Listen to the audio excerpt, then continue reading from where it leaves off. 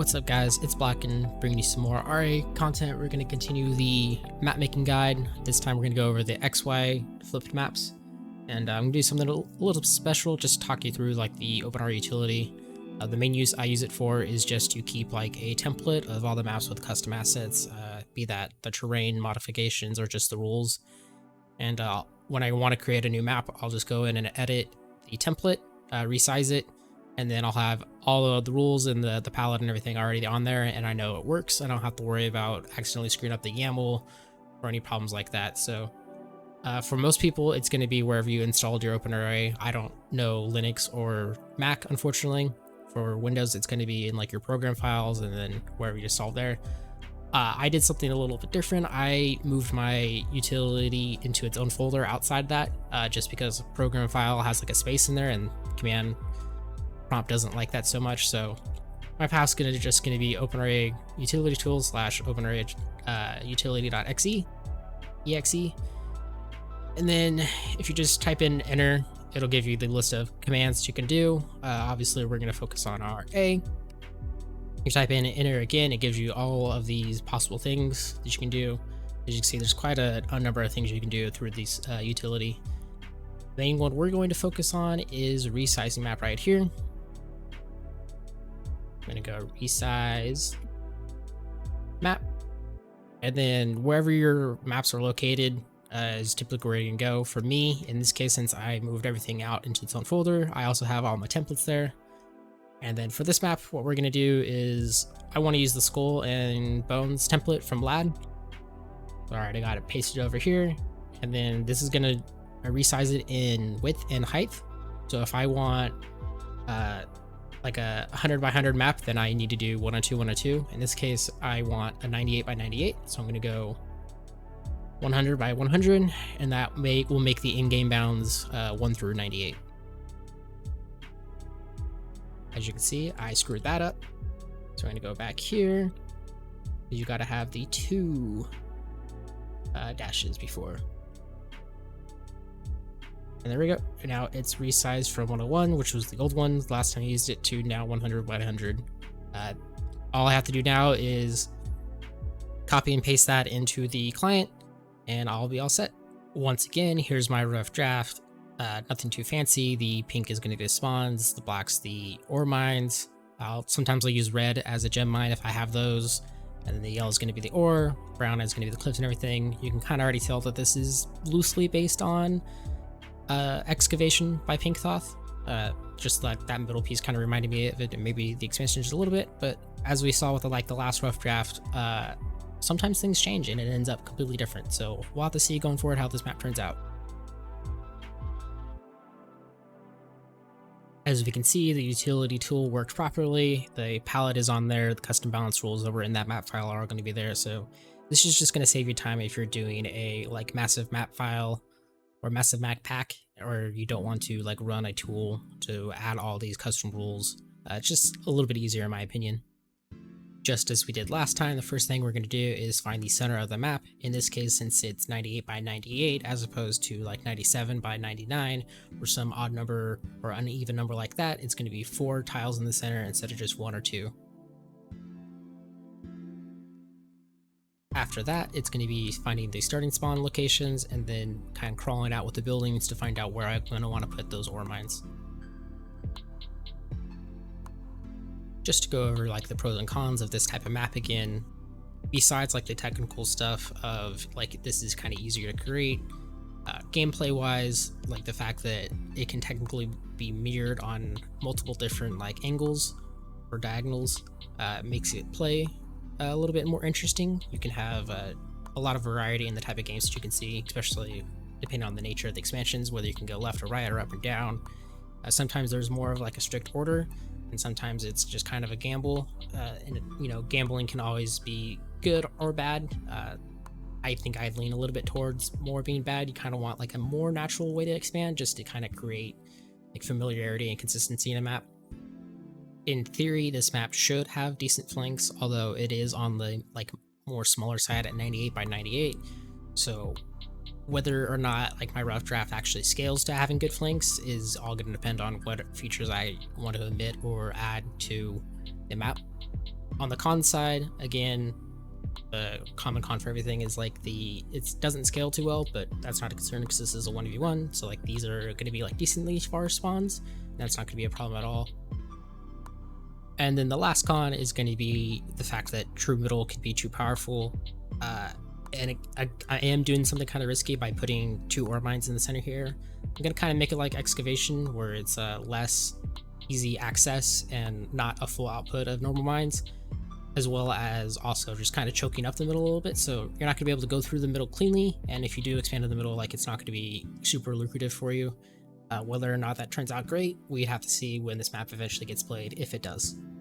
As you can see a little bit here, the mirroring for this type of map is a lot easier than the last one. I don't need to have like a fancy reciprocal or like a perfect square to easily mirror. All I really need is 2 points of reference that are the same distance on opposite sides of a box, and it'll be perfectly mirrored. You can easily check that by referencing 2 different points or just towards the middle. Either way, I tend to use a lot of them both ways, and it kind of helps double check on my math, but as you can very much see, a lot more easier. Another advantage to this type of map is I can be a lot more liberal with my water paintbrushing and creating like custom terrain on the map. In the last map you saw it a lot, where anything on the diagonal has to be like perfectly mirrored, obviously, and since this one doesn't have that diagonal line that cuts through the map at any like one angle or anything, I can just freely paint and have some much more naturalistic looking terrain without having to worry about that. This is a pretty decent example of how I go about mirroring like major objects like a terrain or ore in these type of XY mirrored maps. Super simple. I just have to copy and paste on one axis and then copy and paste on the other axis, and it'll be good. For ore, it gets a little bit more complicated, and I'll go about it later again, but it's just copy and pasting and then make sure those ore values match up, since it is very easy to either miss an ore tile, since it does kind of blend in with the map sometimes, or just copy and paste off by a tile or so. Once it's nice and mirrored, all I have to do is match up that XY coordinate for one end of the box on the other, and that's what you can kind of see me comparing it with the reference to the mine on the other side. And then in this case, I happened to make a few mistakes in my copy and pasting. I was just able to quickly fix it, but generally it's not that bad. This is tending to be a larger piece than I normally do, and it's kind of just wacky with the like open spaces that it has, so it was a little bit more challenging, but much more simpler than the other one.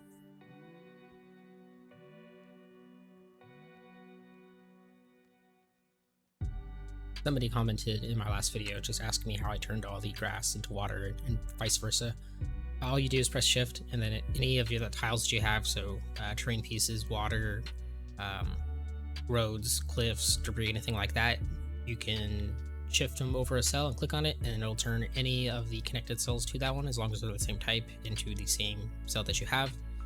So you can see here I use it on the water tiles to turn it back into grass.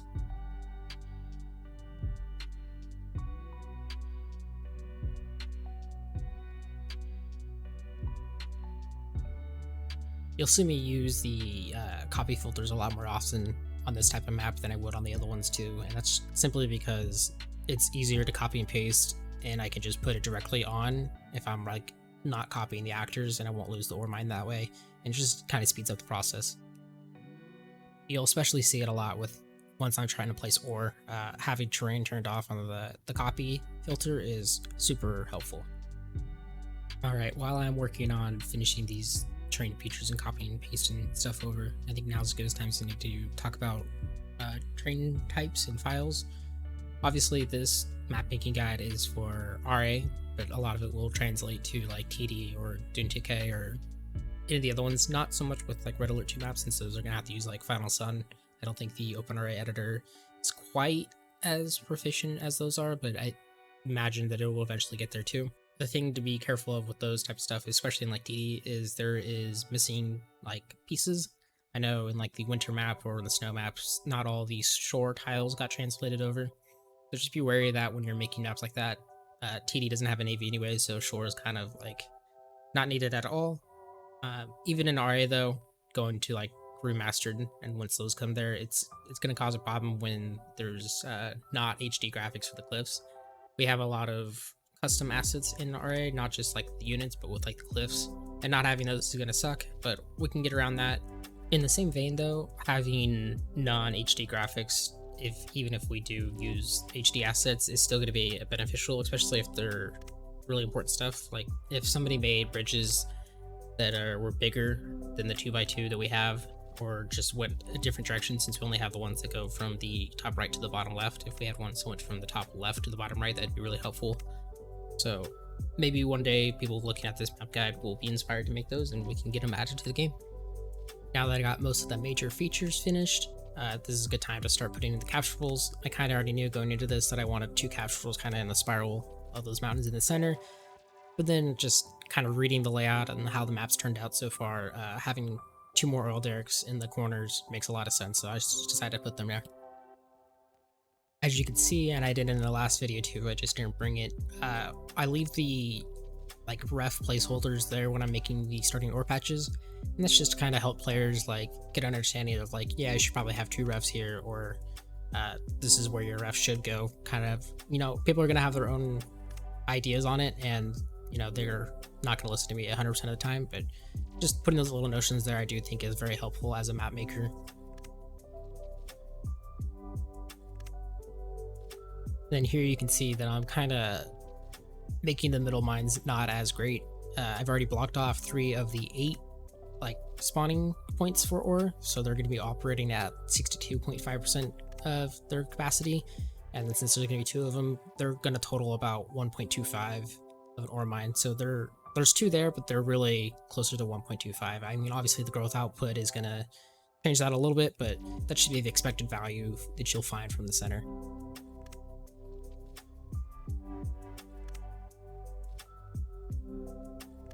Once I got half the ore on the map, I'll go ahead and start mirrored on the other side. And once again, this is going to be a really simple process, nothing super complicated like the last one was. I just need to copy over one axis, copy over another axis, and then just make sure that those total ore values are the correct amount when I go to paste.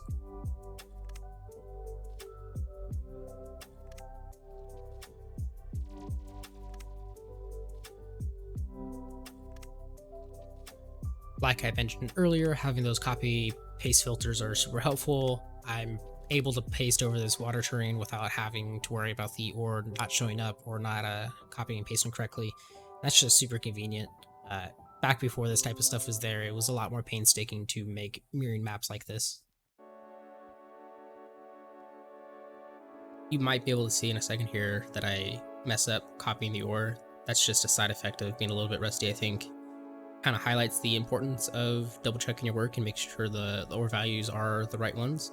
You'll see that I check the one that I actually want, the XY flip one. That one's off of the original, so then I go back and check just the single axis flipped one, and that one was also off, so I know that I screwed up in the very beginning, and I'll just have to delete it, it's fine.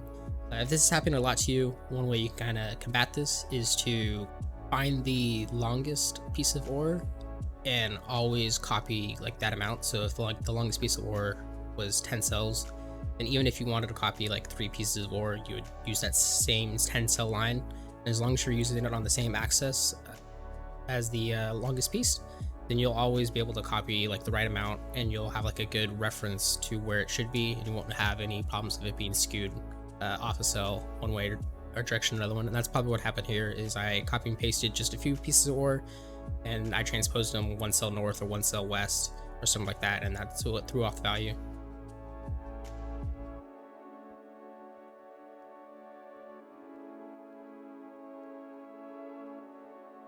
Now that I've finished with the ore, it's time to go back in and fill those major features and just kind of tidy up the place a little bit. A small little aesthetic feature that you can do is to avoid repeating tiles if possible. 1 or 2 tiles that are repeating next to each other probably isn't a huge big a deal, and sometimes you need it, like you'll see here in a little bit. But if you can avoid, you know, having 3 or 4 of the exact same tile just constantly repeating, the human eye is pretty good at picking that out, and it definitely doesn't look natural. Fortunately, there's a lot of great like tools to combat that. There's 3 different types of like straight line walls for cliffs, and then you have like the 1 single cell too. So if you need like these long straight cliffs, you can always just interspace those single cells with the 3 long cells, and that'll get you a little bit more coverage. Then you just have to rotate them out constantly and do it smartly. Pieces of debris like the rocks that units can traverse on but can't build on are very useful, but they can also be very noticeable when you repeat them next to each other. So just try to vary them up. Trees are another one that you can kind of see if they're all the same type right next to each other. Unfortunately, there's a lot of trees that you can use to vary things up. As you can see, I'm really fiddling around with how exactly I want these middle mines, and after I recorded this video, I actually went back and changed those like square rectangular holes in the ground to be a little bit more different and to allow like a single cell path through, for so like a tank flank could come on there or something like that.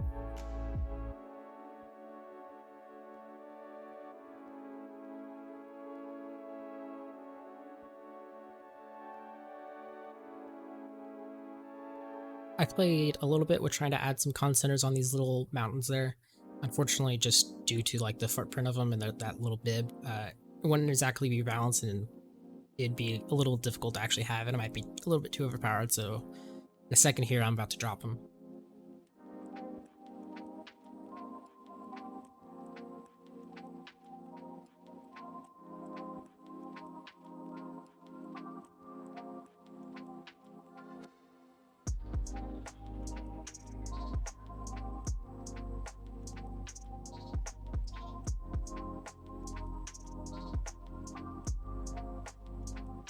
One of the major advantages, I think, of using water as like a paintbrush is as long as you mirror the water as a base, you know it's perfectly going to be mirrored on either side.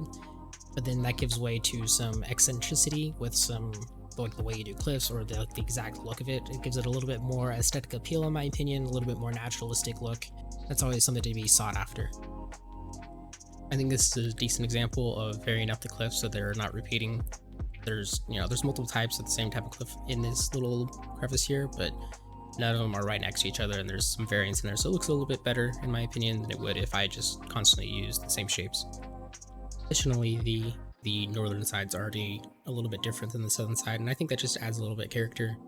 Back in the day when map making was a little bit more wild west and stuff, I think a really common way to add aesthetic was just to kind of do negatives. So if one cliffs were like up, the other ones would be down, or if one side had like trees on the outskirts, the other side would have like water tiles and shore on the outskirts. That was just something that kind of upped the aesthetics a little bit, and I think what I'm doing here is just a natural progression of that, taking it one step further and making it even more unique. I would love to see somebody take it even further beyond and make a base that's perfectly mirrored, but then have no mirrored cliffs, no mirrored trees, no mirrored debris, anything like that. Just make it look like a completely natural landscape as you're going across the map. I think that'd be a really cool idea.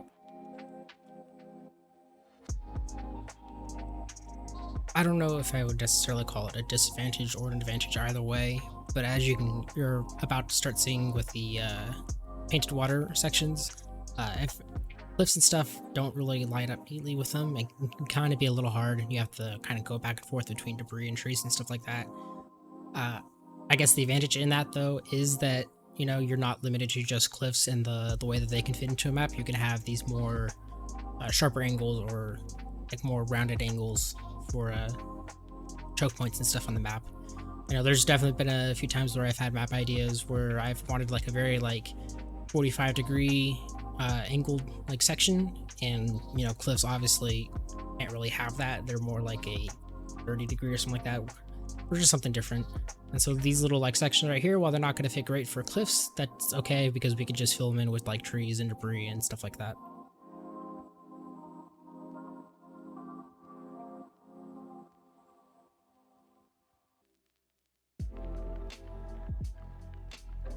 Once again, after all the major features are done, I'll go back and I'll polish it up a little bit with cliffs and debris and trees and stuff like that.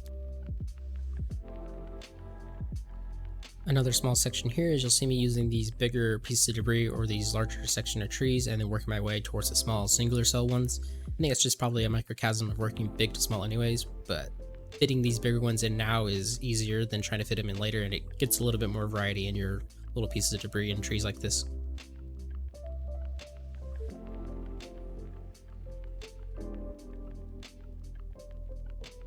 Now that all of the major features are done and everything and the ore is placed on the map, I think you can kind of see where I drew inspiration from Excavation by Pink Thoth with that middle area section there.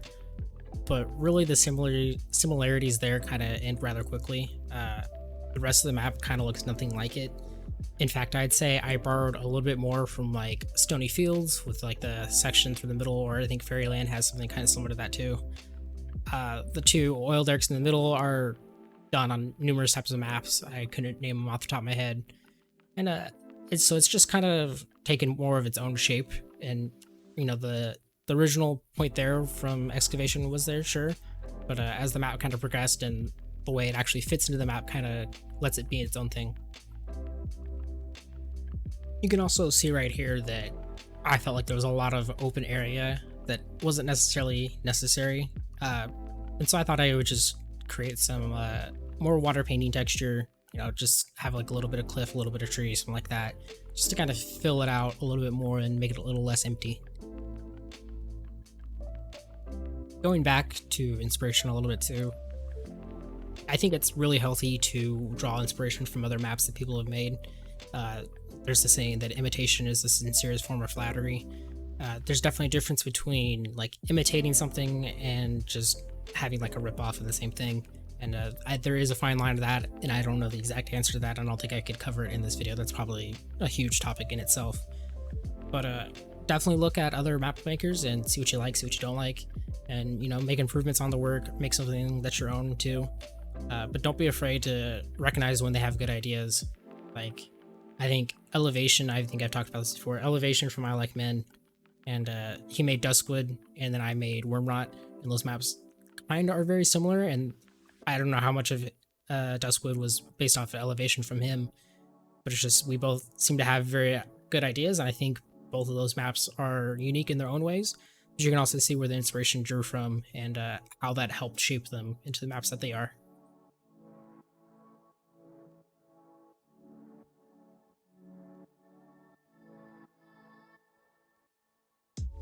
With the major features nice and polished, the next thing I like to go into is the roads. So once again, I'm gonna start doing the roads, and I think this map kind of has a little bit of a better example of roads that really like lead to somewhere.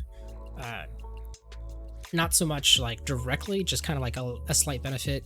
The road through the middle is gonna make like an all-in with your MCV actually a little bit more practical on this map, since you're gonna be able to get there just that little bit quicker.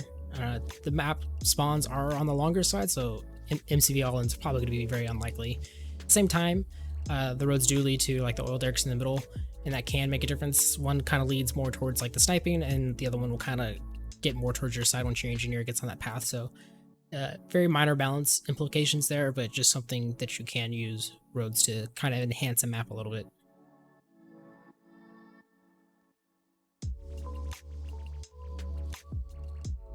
And on the flip side, for kind of that, these roads in the corner of the map, the roads at the start that lead to the spawn are kind of useless. They're pretty much just there for aesthetic reasons. They're not going to ever be that impactful in a game.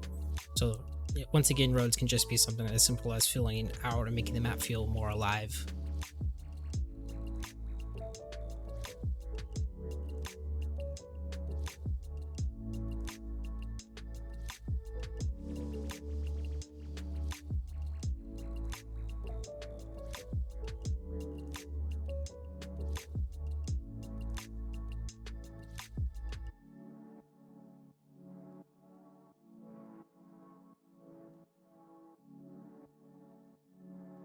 And then this kind of goes along with capture rules and stuff, but like obstacles such as barbed wire fencing, barrels, concrete walls, anything that can kind of influence the way that a capturable works or a section works, they can definitely be interesting, and there's a good place for them, especially with the buff that barrels and stuff got recently.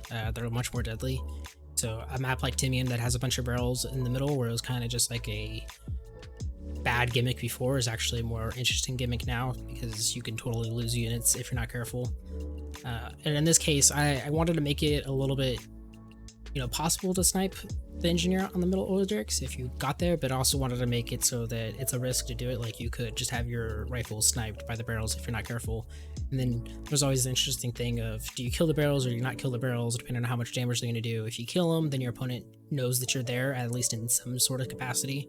Whereas if you don't kill them, then you can maybe sneak cap it, and your opponent would have to visually scout instead of just audibly scout. So there's little tiny details like that that can make a map more interesting too. And then I am gonna get into the single water tile debris and tree spots that I do in just a second, but I was busy talking about barrels, so I kind of wasn't able to talk about it. But all the like the rocks and stuff I put in between like the two cliffs in the middle and the bottom of the map, or the top and the bottom of the map, and next to the ORA. I kind of did that one because I didn't want people to just be able to place a ref there or move the MCV really close. But I also wanted to kind of make a more interesting dynamic of, you know, if you retreat across the ORA, maybe your MCV will get away because it's a more direct path. But you might also just be more beneficial of going around, and that could put you more into enemy fire. So these little things like that can really further increase like the dynamics of a map. But as you can see with the water tiles again, I'm going to be doing my single pieces of rock and trees all over the map. This one's a little bit harder than it is on the 45-degree map actually, and that's just because I don't have access to that reciprocal value where I can just flip-flop the values and I'm good. This time I kind of need to like place them all over the map, then use it like the reference point, as you can see, where I'm just pairing 2 points, and as long as I'm doing it in the correct way, when I go up to the next one, it'll be perfect. But even then, after that, I'm still going to have to come back and individually count because it's very easy to get wrong. And once the count is right, I'll go back and I'll place all my debris on them, and then that'll be pretty much it for this map. One thing I'm doing in this video that I wasn't doing in the last video is using like these dirt pieces of debris where there's just like a little dirt patch. One of them's 4x2 and the other one's 3x2. The one that's 4x2 actually has a piece of rock on it that is blockable for deploying an MCV or buildings and stuff like that. So I like to go ahead and just delete it, and you pretty much can't see with the pixels in OpenRA. Maybe with remastered graphics it'd be different, but those little pieces of rock can actually be really annoying. I think it's clearing by Pink Thoth. He has one right next to the ORA field, and it kind of prevents you from preventing the ref fleshly, or if you're just like on the wrong cell, it turns like a 1 cell difference to the ORA into like a 5 cell difference, and that can kind of be really annoying. So you just got to be careful with them, or just do what I do and get rid of those rocks, but they just really help bring out the map a little bit more. So that's gonna pretty much wrap it up for this video. You're gonna see me stare at the map name for a while because I was just completely struggling to come up with a name. Usually, you know, the map takes on a characteristic and I can pick a name out, but this time, for whatever reason, I was really struggling. Let me know if there's any like questions you guys have or anything like that. I'll be happy to answer them. I'm probably gonna do the regular X or Y flipped maps, but the last thing I kind of want to leave you guys with is, if you're not feeling inspired or you don't have an idea for a map and it's kind of feeling like a chore to do it, you know, you don't have to do it. I think this should be relaxing and something that you want to do, not something that you feel obligated to do. So, you know, if you're just not drawing inspiration, don't. Typically, it all comes in waves for me. Like, I did, what, 50 or 60 maps between my backpack and the maps that I haven't released for the naval tournament yet. And after that, I was kind of like, okay, I'm done. Like, I'm all tapped out. My creative energy is spent. So, you know, let it come when it feels natural. And with that, I'll see you guys next time.